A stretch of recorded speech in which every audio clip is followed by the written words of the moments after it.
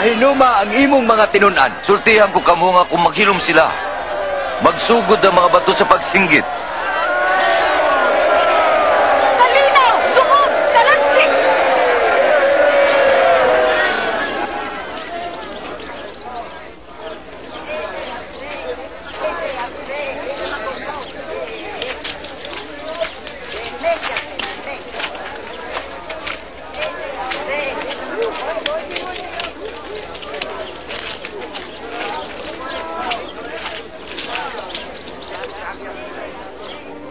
Kung nasayad ka, kung unsa ang kinahanglan karong adlaw alang sa kalinaw apan dili ka makakita ni ini. Muabot ang adlaw nga likusan ka sa imong kaaway ug alirungan ka ug atakihon nila sa tanang dapit ug sa hingpit ila kang kunubon. Ikaw ug ang imong mga anak. Wa sila ibilin nga bato sa nahimutangan ni ini tungod kay wa nimo ilha ang pag-ani sa Dios.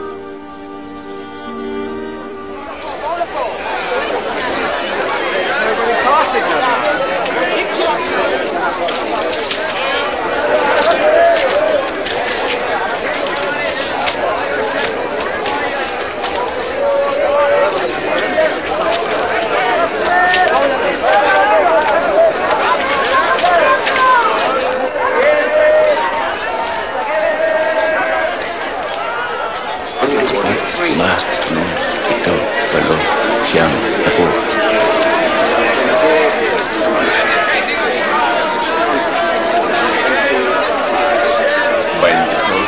23, 24, 25.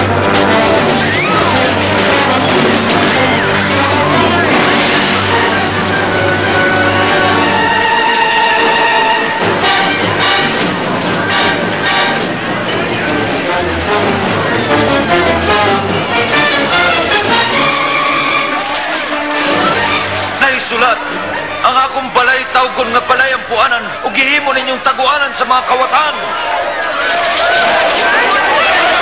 Nagpaingon ka sa kumahayok! Bogey siya! Bogey!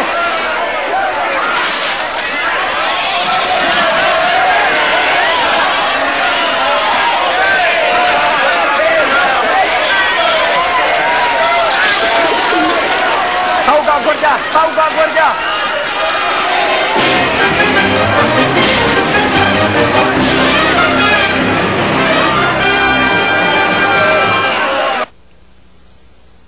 Nasayod ako nga daghan ang miila kaniya nga hari. Hari? Hari sa makililimos ug mga kawatan? Daghan ingon ni anak ni Adto mo abot mo ingon nga mauni sila mula kaw gikalimtan na. Ayaw pagpakabuta.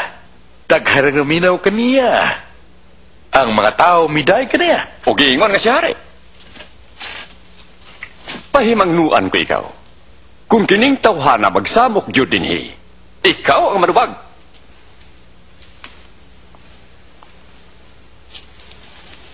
Tingali gusto siya.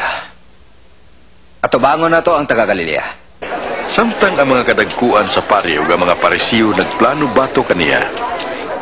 Nag-anamog kadaghan ang mga Hudiyo nga misunod kaniya. Ug mauusab ang mga oposisyon nga iyang gihukman.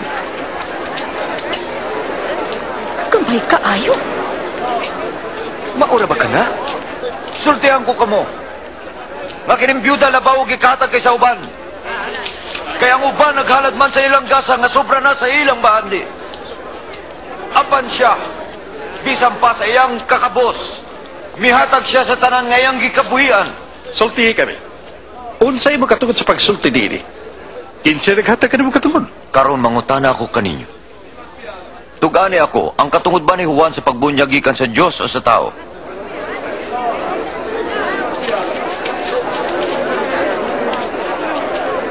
Unsay atong isulti? Kung moingon kita nga gikan sa Dios, moingon siya ngano man. Ngawa ka mo tuog kang Juan. Kung moingon kita nga gikan sa tao, batuon kita sa mga tao. Hugot ang ilang pagtuo nga si Juan propeta. Wa kami masayod kung di ginigikan. Dili ko usab kamutuganan sa katungod sa akong pagbuhat ni ini mga butang.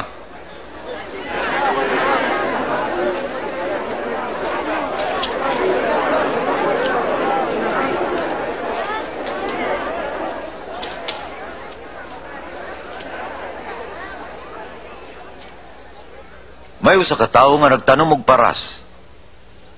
Gipasawpan niya kini. Unya milangyaw siya sa dugay panahon. Pagpamupo na sa mga ubas, nagsugo siya og usa ka ulipon aron pagkuha sa iyang bahin sa abot. Apan gibunalan nila ang ulipon og ipapauli nga way dala. Busa nagsugo siya og laing ulipon.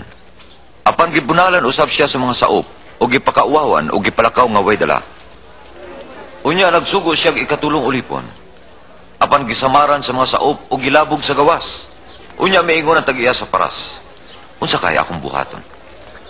Ipadako ang pinangga kong anak. Siguro nga mutahod sila kaniya. Apan pagkakita sa mga saop kaniya, nag-ingnanay sila. Kini ang anak sa tag-iya. Patyunta siya aron maatom parasan. Istoryahi pa kami. O gilabog siya sa gawas. O gipatay. Nanunsay buhaton ngadto sa mga saop sa tag-iya. Iyang patyon kadto mga tawhana og pasaupan ng parasan og laing. Unsay buti pasabot ni ining kasulatan? Ang bato nga gisalikway sa magtutukod tungod kay way kapuslanan, nahimo hinong labing importante sa tanan. Ang tanan nga mahulog ni adtong batuha madugmok. Ug si bisan kinsa nga mahulgan ni ini. Siguro gyud nga mapulpog. Pagtutudlo, nasayod kami nga husto ang imong gisulti o gitudlo. Nasayod kami nga wa kay gipinigan, apan ikaw nagtudlo sa matuod bahin sa kabubuton sa Dios alang sa tao. Sultihi kami, supak ba sa atong balaod ang pagbayad og buhis ngadto sa emperador o dili? Pagbantay Ginoo, iya ka lang gilipat. Pakita kong sensilyo.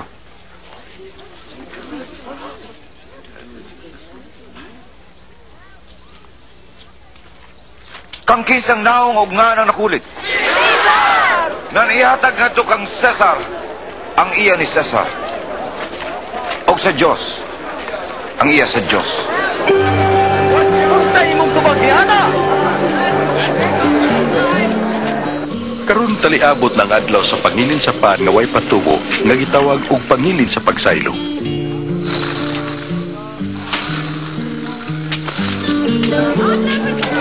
O gisugo ni Jesus si Pedro ug Juan aron sa paghikay sa ilang panihapon sa pangilin sa pagsaylo.